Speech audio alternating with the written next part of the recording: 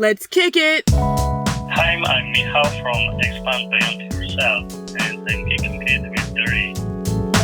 Welcome to the Kicking It with Duri show.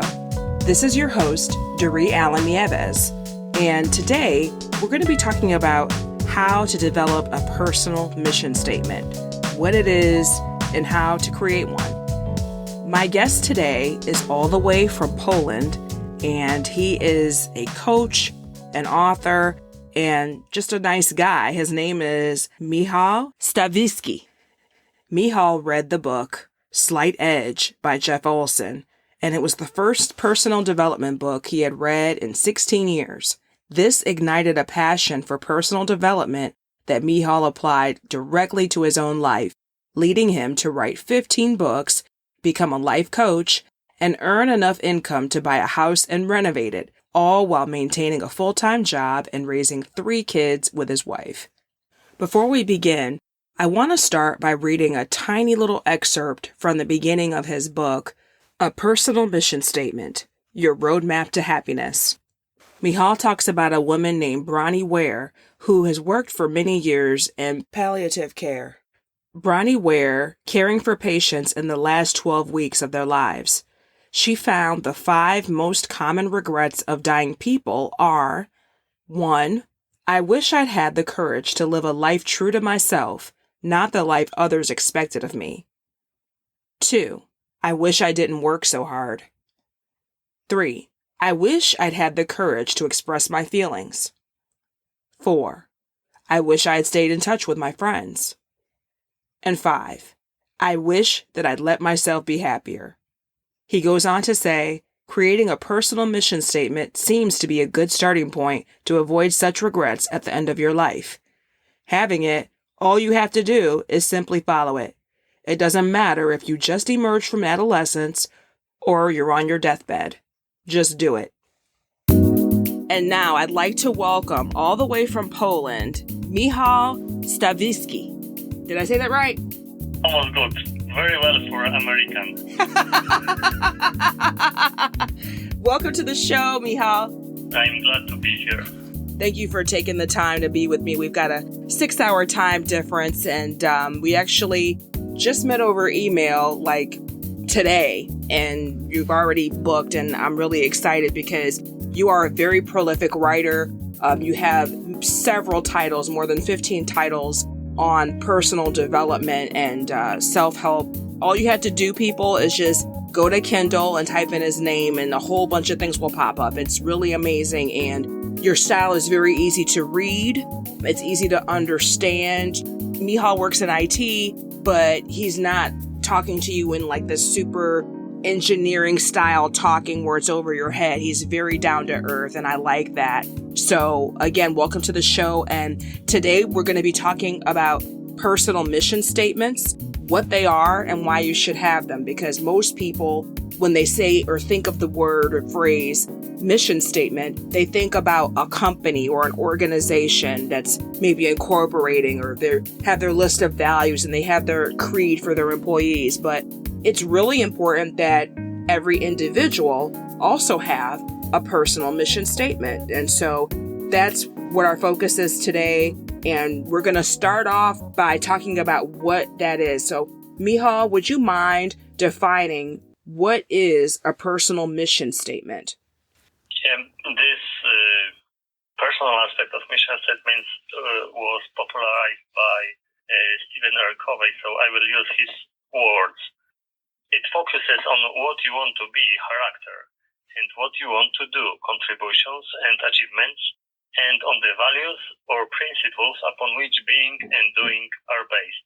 So, in short, this is the vision of yourself in the future, even in the distant future. One of the most powerful exercises in creating my mission statement was imagining my funeral and what I would like people to tell about me at the end of my life. And this is what a personal mission statement is about. It gives you this vision for your life, and it's a compass to that vision. Yes. If you have not heard of the book, The 7 Habits of Highly Effective People by Stephen Covey, then you must be under a rock somewhere. It's okay, we'll forgive you if you read the book. It is one of the most excellent personal development and responsibility type of and business types of books that you can read. It's a classic. It will never go out of style. I don't know exactly when it was written. It might have been written before I was born. I'm not sure, but I've read it, and this is what Michal is quoting. But you said, Michal, that even though you have a personal mission statement that you've written out and that you live by, you have struggled to create it. And so why is it so important for someone to have their own mission statement for their life? It's a bit hard to explain it for someone who had no goals in life, no real purpose, and was just living to get by as I did. And that's the default in today's world, that's the norm. But when you can define the meaning of your life to several specific areas, it opens new horizons for you. You are so much more focused and intentional about your life that this is just, the difference is enormous. I cannot really explain it. Well, I can explain it by the difference it's made in my life. I follow my purpose, my mission statement for more than 4 years, and during those years, amazing things happened in my life, and I can attribute most of them to my personal mission statement, that I became a writer and published 15 books. I bought first home for my family. My savings ratio skyrocketed. I'm healthy and fit. I lost over 10% of my body weight, and so on and so on. I achieved so much and live so intentional because I have this personal mission statement, and I keep it fresh in my mind by repeating it every morning. Yes, and I think that that's really key, is that once we do get into how you would craft a personal mission statement, that you don't just write it and then forget about it, walk away, and live your life the way you've always been doing it, because you're living the way that you're used to living, whether it's good or bad, right, wrong, or indifferent. And so by Michal writing this mission statement and then going over it every day, he wrote it in 2012, and it's almost 5 years later, and he's still looking at it every day. That's what makes the impact, is, looking at it, affirming it, rehearsing it, internalizing it. And that's where the personal part comes in, because it's in his heart. It's something that he looks at it every day, but I'm sure by now he's memorized it because it's a part of him. And so we want to, learn how to create this mission statement that is something that will not only make us better, but that will stay with us because it'll become a part of who we are. Would you like to talk about what you went through when you were creating your personal mission statement? Because, I was through the process and I documented it right, or not so right, but just a few months after I created my personal mission statement, when it was fresh in my mind, and people who are clueless or just lost about this process can really relate to me. Okay. Please explain what you went through when you were developing your personal mission statement. So I used various sources from personal development, mainly the 7 Habits of Highly Effective People, but also other things. And I asked the whole bunch of deep questions about my life and myself, like what I have always wanted to do, but have been afraid of them, or other such things. And I went through more about dozen mental exercises, like imagining my funeral. And during those exercises and practices. I had been writing down everything. So I had stack of notes from that, answering that questions and doing those exercises. And it was like a brain dump of mine, and really the brainstorming what I would like to become, how I would like to be perceived at the end of my life by others, what contributions I would like to provide to my family, to my friends, to the world.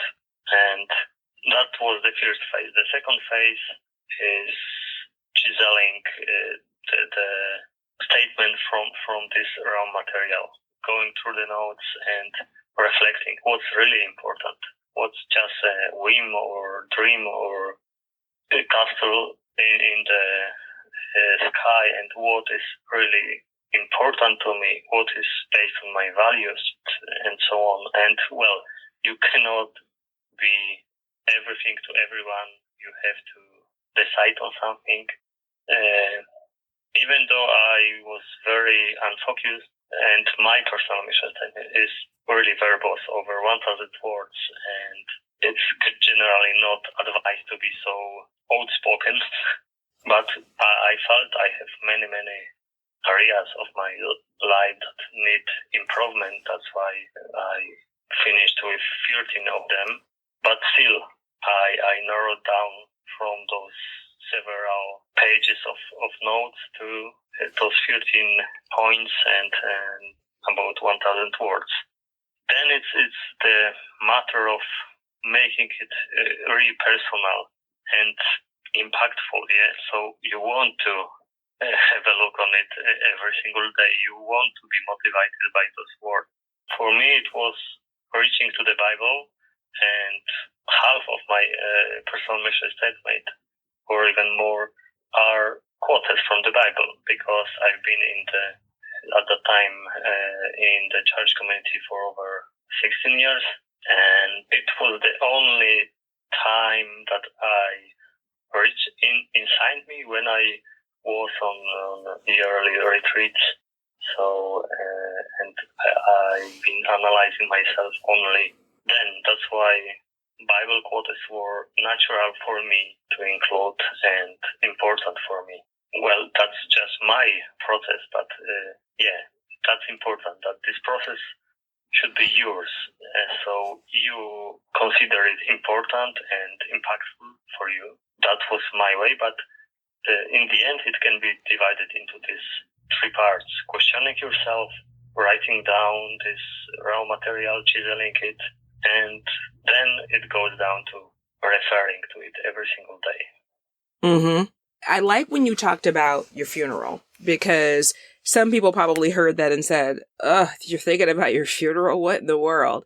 Well, you want to think about the way that you want people to talk about you when you're gone, like you said. And I've also heard of this in a similar way, someone talking about, writing your obituary, writing your own obituary, not because you're a control freak and you want to make sure they write it correctly, but because you want, again, for yourself to have goals and plan out what it is that you still need to do and what you want to be recognized for, the legacy that you want to leave for your family and for your loved ones. And so I think that's excellent. And I also love that idea about you using some elements from the Bible. I think any book that inspires you, whether it's the Bible or another really sacred book, is a great example of things that you can put in your mission statement and things that you can memorize and have in your heart, because, that reflects your values, what you believe in and what you stand for. And so I know some people are thinking, okay, well, I would like to have an example of what a mission statement is. Michal's book, A Personal Mission Statement, Your Roadmap to Happiness, contains several mission statement examples and different examples of questions and exercises and things that you can use to develop your personal mission statement in detail. And so even if you don't necessarily want to do it the way that he did it, you don't have to, because it is personal. It is your own process, like he said. And so his book will help guide you in that. And also, I also think this is an important key. is to realize that you don't have to necessarily write it all. Some people are more, audible learners. They're listening to this podcast right now, or maybe they're more visual than written. And so Michal shows how you can use a written mission statement with pictures and sounds to make it more personal and to speak to you. That's right, and it's also quite important to deliver it in a way you absorb content. For me, reading is 1,000 words plus. It's 5 minutes a day. So a bit too much. That's why I'm repeating it in my mind while doing chores or by commuting. And I also recorded my personal mission statement, so I can listen to it anytime I wish. It's on my mobile. You are only limited by your creativity. The beauty of a personal mission statement is that it's your creation. It's very intimate, and you don't feel like this is a message imposed by someone else on you. It's yours, so you don't have these internal barriers to absorb it, and it really works on your subconscious. I'm still amazed how much I've changed, and I've changed according to my personal mission statement. The best example is my writing career. Only when I had been creating my personal mission statement, I discovered, or rather rediscovered, that I want to be a writer. And I was 53 years old. I had no experience in writing other than, high school or then university papers. And really, I didn't know where to start, what to do. I was clueless. But 8 months later, I have my first book published. And another 8 months, and I had first bestseller published. And a few more years, and I have more than 15 books, and I sold over 25,000 copies of them. So, and it started all from one single sentence in my personal mission statement, which said, "I'm becoming a writer," because I had no idea, and I am a writer didn't sound true in my ears. That's why I wrote, "I'm becoming a writer." And it materialized. It became a reality. So that's the beauty of personal mission statement. It really works like that. You have no idea how you will achieve this dream of yours, but if you keep it in mind every single day, it will somehow happen.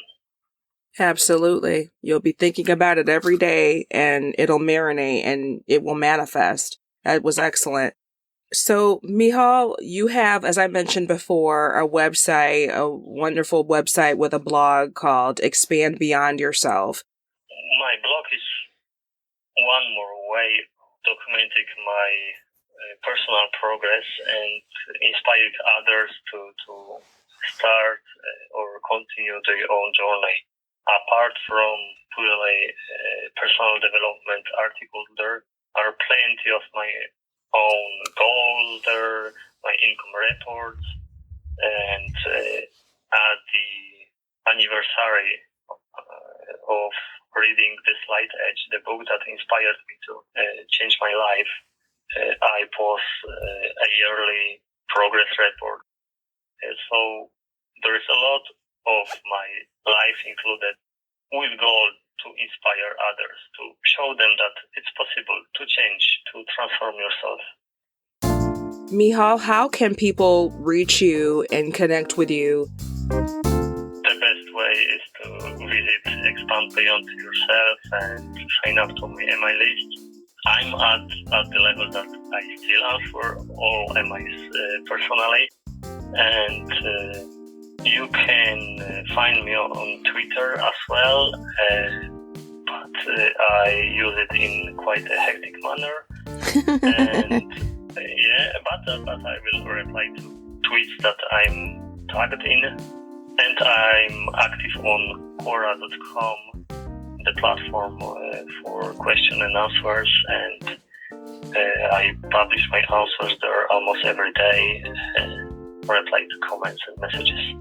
I have all of the links on the show notes page for this episode, so if you want to use the Twitter, if you want to go to his website, whatever you want to do, all of the links are there. But the main one is expandbeyondyourself.com. Michal, I want to thank you for popping in on short notice, visiting me over the water here, and I appreciate you sharing a little bit of your insights, because I think this is something that should spark some inspiration in people to want to do better. It's not just about, is it New Year's Day? And every day can be New Year's Day. You can start and make changes any day. You don't have to wait for January 1st to do that. Amen for that, and that's my experience. Yes. Oh, thank you very much. It was a pleasure. Send your questions and comments about this show to kickinit@DorieAllen.com. That's KICKINIT. There's no G. At DorieAllen.com. Or you can use Facebook, Instagram, or Twitter to get to me at Dorie Allen.